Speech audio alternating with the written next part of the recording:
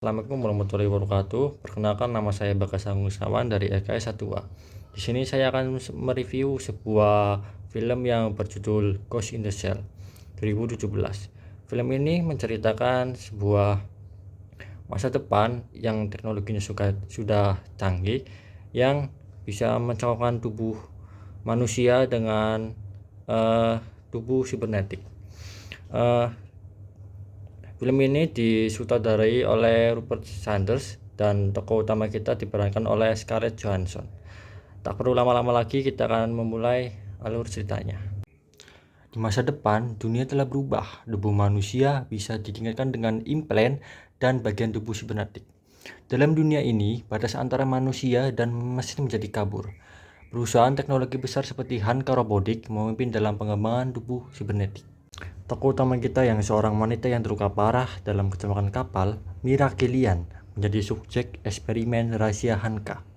Mereka mengambil otaknya dan menanamkannya ke dalam tubuh buatan sepenuhnya, menjadikannya manusia cyborg pertama dengan tubuh mekanik dan otak manusia. Mira yang sekarang tubuhnya sepenuhnya adalah cyborg, sekarang diberikan nama Sandy Mayor dan bekerja untuk unit keamanan elit pemerintah bernama Sector 9 yang menangani kejahatan teknologi tinggi dan terorisme cyber.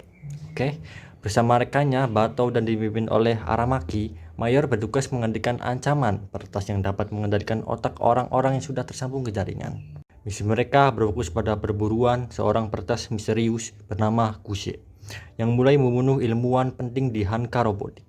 Seiring penyelidikan, Mayor mulai mengalami gangguan dalam pikirannya, penglihatan, fragmen memori, dan perasaan bahwa ada yang tidak beres dengan masa lalunya.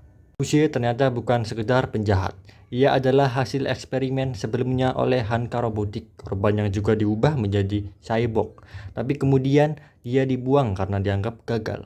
Ia mulai memburu ilmuwan Hanka sebagai bentuk balas dendam dan ingin membongkar kejahatan perusahaan tersebut. Setelah Mayor bertemu dengan Kuse, Mayor merasa bahwa ingatannya adalah rekayasa dan mulai menelusuri masa lalunya. Ia menemukan bahwa identitasnya, Mira Gillian, adalah kebohongan belaka. Ia bukan korban kecelakaan, tapi sebenarnya seorang gadis muda Jepang bernama Motoko Kusanagi yang pernah menjadi bagian dari kelompok anti teknologi.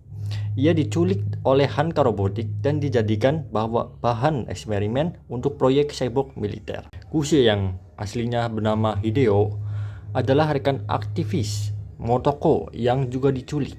Mereka sama-sama hasil proyek manusia buatan oleh Hanka Robotics yang disebut sebagai Ghost in the Shell, yaitu jiwa manusia dalam wadah mesin. Mayor akhirnya menolak Hanka dan menghadapi pembuat tubuhnya, yaitu Mr. Carter. Dr. Olet yang tidak tega melihat Mayor akhirnya membantu membebaskannya meski harus mengorbankan nyawanya. Dalam konfrontasi akhir, Kuse terbunuh oleh pasukan Hanka.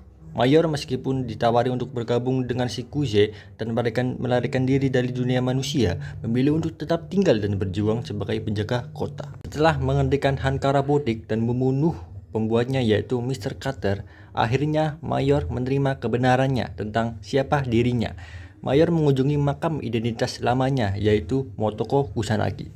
Ia kini menerima dirinya sebagai seorang yang punya masa lalu manusia, tapi juga masa depan sebagai pelindung baru dunia yang telah berubah bersama Section 9. Akhir dari cerita ini yaitu Mayor atau Motoko Kusanagi mengatakan bahwa dirinya bukan lagi hanya manusia ataupun mesin, tapi sebuah entitas yang berdiri di antara keduanya dengan kehendak, bebas, kesadaran, dan tujuan sendiri. Kesimpulan yang dapat kita ambil dari cerita ini atau film ini adalah bahwa film ini mengajarkan identitas sejati seorang tidak ditentukan oleh tubuh fisik ataupun ingatan buatan, tetapi oleh pilihan, kesadaran, dan nilai yang dipegang dalam dunia yang dikendalikan teknologi dan penuh manipulasi. Menemukan dan mempertahankan jati diri adalah bentuk kebebasan sejati. Meskipun tubuh bisa diganti, ingatan bisa dihapus, tapi jiwa dan kesadaran manusia tetap memiliki kekuatan untuk menentukan arah hidupnya. Ini adalah pesan tentang kemanusiaan, keberanian untuk menghadapi kebenaran, dan pentingnya kebebasan dalam menentukan siapa diri kita. bahkan dalam dunia yang semakin tidak manusiawi ini. Oke, mungkin segitu saja alur cerita yang saya dapat sampaikan dari cerita Ghost in the Shell. Mohon maaf jika banyak kesalahan kata. Wassalamualaikum warahmatullahi wabarakatuh.